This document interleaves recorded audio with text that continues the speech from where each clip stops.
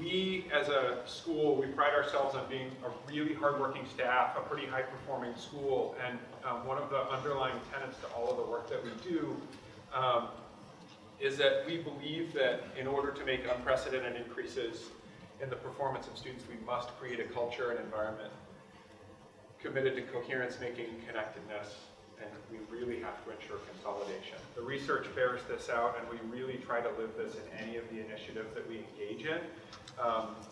And we came back to this as we started to go down this road towards this thing that we call AT. We really value connecting with students. We really value relationships, and we believe that without relationships, we're unable to really get to the level of rigor we need to with all of our students at all levels. We are a New England Association of Schools and Colleges accredited school. As we were doing this work with advisory all the way through, we also came back to the NEASC standard that all students must be connected to at least one adult beyond their guidance counselor throughout the school. And we really try to live this.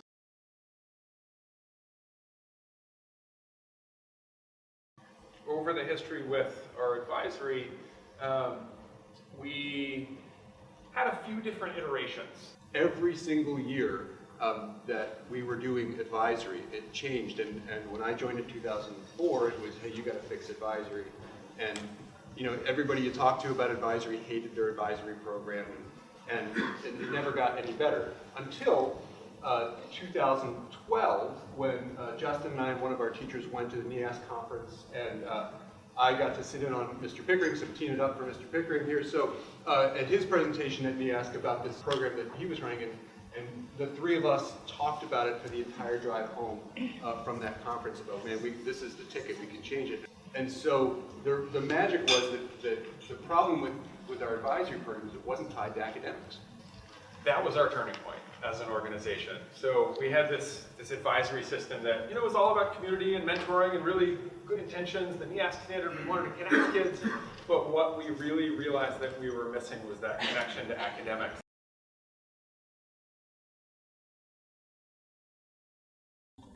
So for us, the model is 30 minutes a day. Our first year, we started small. We were really intentional and really pretty strict with ourselves about keeping it tight. We really wanted to be kind of rigid and really clear about the expectations. So we started 30 minutes a day with a booking block, or what we call home base, on Mondays, and then Tuesday, Wednesday, and Thursday for the first year. Year one, we really focused on the academic piece. We really focused on connecting teachers with kids at all levels. One of the pieces that we heard a lot early on was for students that were really involved in a lot of activities after school. If there was no time during school, this allowed us time to really catch up with kids, as well as to catch up with students that may have struggled. I'll take you for a quick tour around the building. We utilized every single space throughout our building. We utilized our teacher's lounge, our band room, our humanities classroom. Every single academic classroom, every single conference room was built because we really wanted to keep the ratios pretty good. We kept them to about 12 to 15 kids per staff. And we worked on a ton of different things.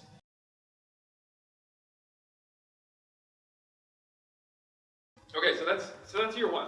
So brand new, we're trying this new thing, we're keeping it small, trying to keep it successful, and then we move into year two. So we added a fifth day, we did a little bit of fine tuning, and I don't know if anyone else here in this room has ever experienced mandates coming down from upon high that you sort of have to figure out what to do with it. But the state said every student in every school needs to have a basic understanding of CPR. And we said, okay, well, we happen to have this time. And in our first year, we happened to say no open gym because we wanted to use our PE teachers to help cover when there was absences. And then we figured out that system, and then we realized, hey, wait a minute. We can pre-book cohorts of kids and make sure that everyone gets this basic training of CPR during our AT time. So this year, we had some students from a local university approach us and say, we've got some students that are interested in becoming teachers. Can they come and be guest lecturers? The students from the University of Vermont approached one of our science teachers and said, we've got all these, neuroscience majors that, about getting into education, can they come to your class? And our teachers are saying, we've got curriculum to do. We can't just like drop everything. But wait a minute. What if we had 30 minutes during the day and we could make it happen? So these guest lecturers came in to interest-based groups and were able to not only give pretty interesting lectures, but also get some feedback on their pedagogical practice, both from the teacher as well as from the students. These are some of the topics that we were able to cover. And so it was great for them, it was great for us, great for our students. It turned out to be a really nice match.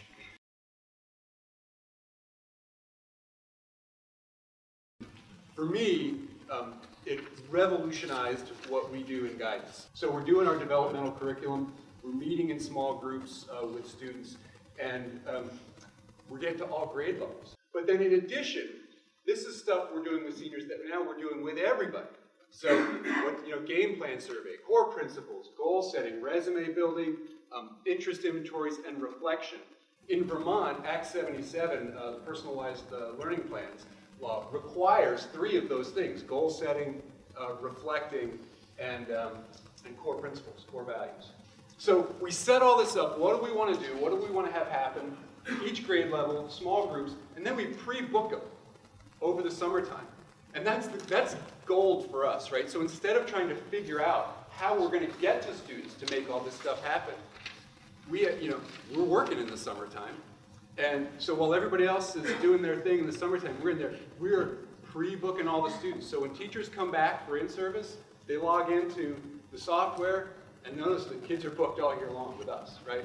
Not every day, all day, so we get our stuff in there, so we get our classes locked in, because that's the only class time we get, is this AT time.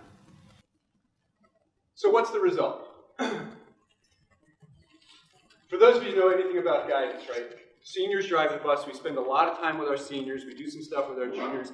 9th grade, we do a fair amount with 9th grade, right? Because we want to transition them in, and 10th grade is completely lost, right? We transition them into the high school, and then they're here, they're doing whatever, and then we'll pick them up later on when we want to get them out, right? So, but now, every single student in the building is meeting with their guidance counselor at least 4 times in a small group session, at least that. Now, it doesn't mean we still don't do individual appointments, and that's the other thing about AT time. Again, it's our class time. So students cannot book to us for one-on-one guidance because we're doing other stuff. We're doing small group guidance with groups of kids around our curriculum. So we still do one-on-one appointments like we always do, but we're getting to all of our students in an intentional way, delivering our curriculum at least 4 times, and for some grade levels it's even more. It also allows us to start post-secondary planning in grade 9. But because we start off, we ask them what they want to do with the game plan survey, we do the strengths explore. So what are we doing with strengths? Hey, these are your strengths. What can you do with your strengths, right? So we're talking about the future right away in grade 9. And we keep coming back to those themes